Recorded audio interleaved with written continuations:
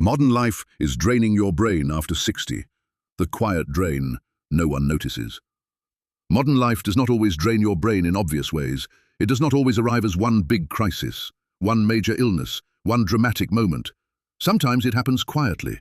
A notification, a message, a headline, a reminder, a breaking news alert, a video you did not plan to watch, and before you know it, your mind feels tired, even though your body has barely moved. You sit down to rest, but your brain does not feel rested. You put the phone down, but your thoughts keep scrolling. You try to focus, but your attention feels thinner than it used to. And after 60, this can feel worrying. You may start wondering, is my brain slowing down? Am I losing focus? Is this just aging? But here is the truth. Sometimes what feels like aging is actually overload. Your brain may not be weak, it may simply be carrying too much noise. Because the brain after 60 is not broken, it is more selective, more sensitive to poor sleep, more affected by stress, and more dependent on rhythm, recovery, movement, and meaningful connection. Modern life asks your brain to do something it was never designed to do.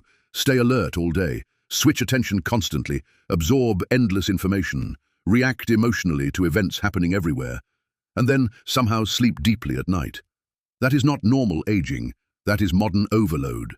And once you understand how modern life drains the brain, you can begin to protect it, not by rejecting technology, but by using it with wisdom, the ReInspired Way. Part 1. Your brain was built for rhythm. For most of human life, the brain lived in rhythm: morning light, physical movement, face-to-face conversation, work with the hands, natural pauses, darkness at night. The body knew when to wake, the brain knew when to focus, the nervous system knew when to settle. But today, that rhythm has changed. Now the same device can be your alarm clock, your newspaper, your television, your bank, your photo album, your doctor's portal, your social life, and your source of stress. That is useful, but it is also demanding. Because every time your brain sees something new, it has to decide, is this important? Is this urgent? Should I respond? Should I ignore it? Should I remember this? Should I worry about this?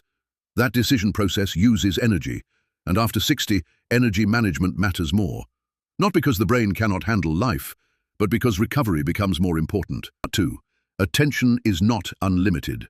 Attention is not endless. It is more like a flashlight. It works best when it points in one direction, but modern life keeps grabbing that flashlight and turning it everywhere. A message comes in. Your attention shifts. A headline appears. Your attention shifts again. A notification lights up. Your brain leaves what it was doing and checks. Even if the interruption lasts only a few seconds, the cost is real. This is called task switching, and task switching is not the same as true multitasking. Most of the time, the brain is not doing two complex things at once. It is switching back and forth. Stop one task, open another, return to the first. Try to remember where you were. That is why you can read the same paragraph 3 times and still not absorb it. That is why you can walk into a room and forget why you went there. That is why you can open your phone to check one thing, then look up 20 minutes later and think, what did I even come here for? Part 3. The reward loop that keeps you checking. The phone is not just a device, it is a reward machine. A message from someone you love, a funny video, a new comment, a piece of news, a little signal that someone noticed you. The brain pays attention to rewards, especially unpredictable rewards. If every phone check gave you nothing, you would stop checking. But sometimes it gives you something, a laugh, a connection, a surprise, a little hit of novelty. And that maybe is powerful. Maybe the next message matters. Maybe the next post is interesting. Maybe the next notification is important. So the brain learns a loop. Cue, check, reward, repeat. After a while, the hand reaches for the phone before the conscious mind has even made a decision. This is not just a discipline problem. It is habit learning. And after 60, this matters because the brain needs quiet spaces to reset. Part 4. Why modern life feels heavier after 60. After 60, the brain can still learn, it can still adapt, it can still build new pathways, it can still become sharper through practice, movement, sleep, nutrition, and connection. The old idea that aging means automatic decline is too simple. But the brain after 60 does become more dependent on good conditions. Sleep matters more. Blood flow matters more. Stress regulation matters more. Physical movement matters more. Social connection matters more. And modern digital life can interfere with all of these if we are not careful. It can keep you sitting longer.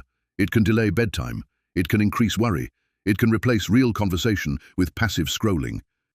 Part 5. Technology is not the enemy. Now we need to be careful here. Technology itself is not the villain. In fact, recent research suggests that digital technology can support cognitive health in older adults when it is used actively. That is important, because the goal is not to scare people away from technology. The goal is to use technology in a way that supports the brain instead of draining it. There is a big difference between active use and passive use. Learning how to use a new app can challenge the brain. Video calling family can create connection. Using reminders can support independence. Looking up a recipe can encourage cooking. Watching a meaningful lecture can stimulate learning. Creating something online can give purpose. Those are not the problem. The problem is when technology stops being a tool and becomes the driver. When you are not choosing what to watch, the algorithm is choosing. When you are not deciding when to stop, the next video decides. When you are not checking the phone for a reason, you are checking because silence feels uncomfortable. That is the line. Technology can serve your life, or it can quietly shape your life. And after 60, the difference matters. Part 6. The sleep and stress connection. One of the biggest ways modern life drains the brain after 60 is through sleep. Sleep is not just rest. Sleep is brain maintenance. During sleep, the brain organizes memories, regulates emotional signals, supports immune function, balances hormones, and prepares the nervous system for the next day.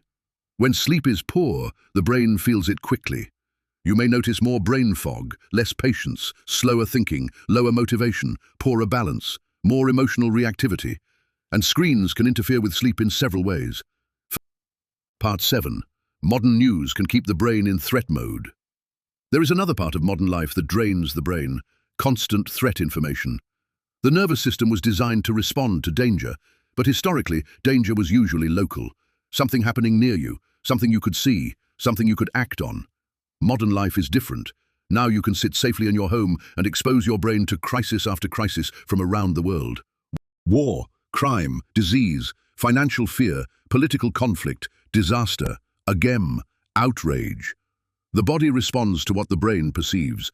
If the brain sees threat after threat, the stress system can activate. Heart rate changes, breathing becomes shallow, muscles tighten, digestion slows, sleep becomes lighter. And the strange part is, you may not feel obviously stressed. You may just feel tired. That is the hidden cost of modern information. Part 8. The ReInspired Reset. So what do? We do not need to disappear from modern life. We do not need to throw away the phone. We need to put the brain back in charge. Start with the first hour of the day. When you wake up, try not to give your brain immediately to the world. Before the phone, give yourself light. Open the curtains, step outside if you can, drink water, move gently. Let your eyes look at distance. Let your brain arrive in the day before it is flooded by other people's priorities. Part 9. The real question. Modern life is not going away.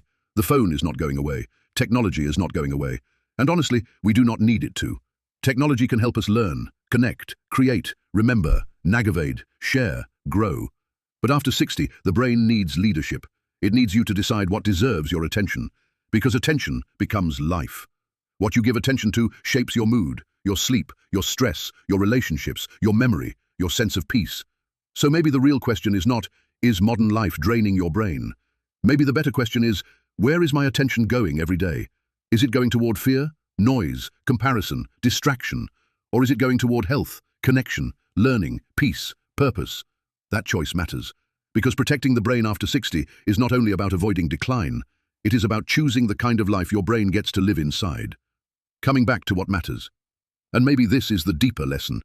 Modern life does not only drain the brain because it is busy, it drains the brain because it keeps pulling us away from what matters, away from stillness, away from presence, away from real conversation, away from the quiet wisdom we have earned through living. After 60, time begins to feel different, not in a fearful way, but in a clearer way. You begin to realize that not every message needs an answer, not every argument needs your energy, not every headline deserves your peace, not every trend is worth chasing, and not every distraction is harmless. Because attention is life. Where your attention goes, your remaining years begin to follow. So maybe protecting your brain after 60 is not only about memory, it is not only about sleep, it is not only about stress, it is also about meaning. Because when the noise gets quieter, something deeper can finally be heard. What do I still want to give? Who do I want to love better? What wisdom have I earned? What peace do I want to protect? What do I want my life to stand for now? And that brings us to our next ReInspired conversation. Legacy without pressure, what actually matters in the end. Because legacy is not only about what you leave behind one day, it is about how you live now, how you speak, how you listen, how you repair, how you show up, how you make people feel. Modern life tells us to be louder, faster, more visible, more impressive. But after 60, many people begin to discover a quieter truth.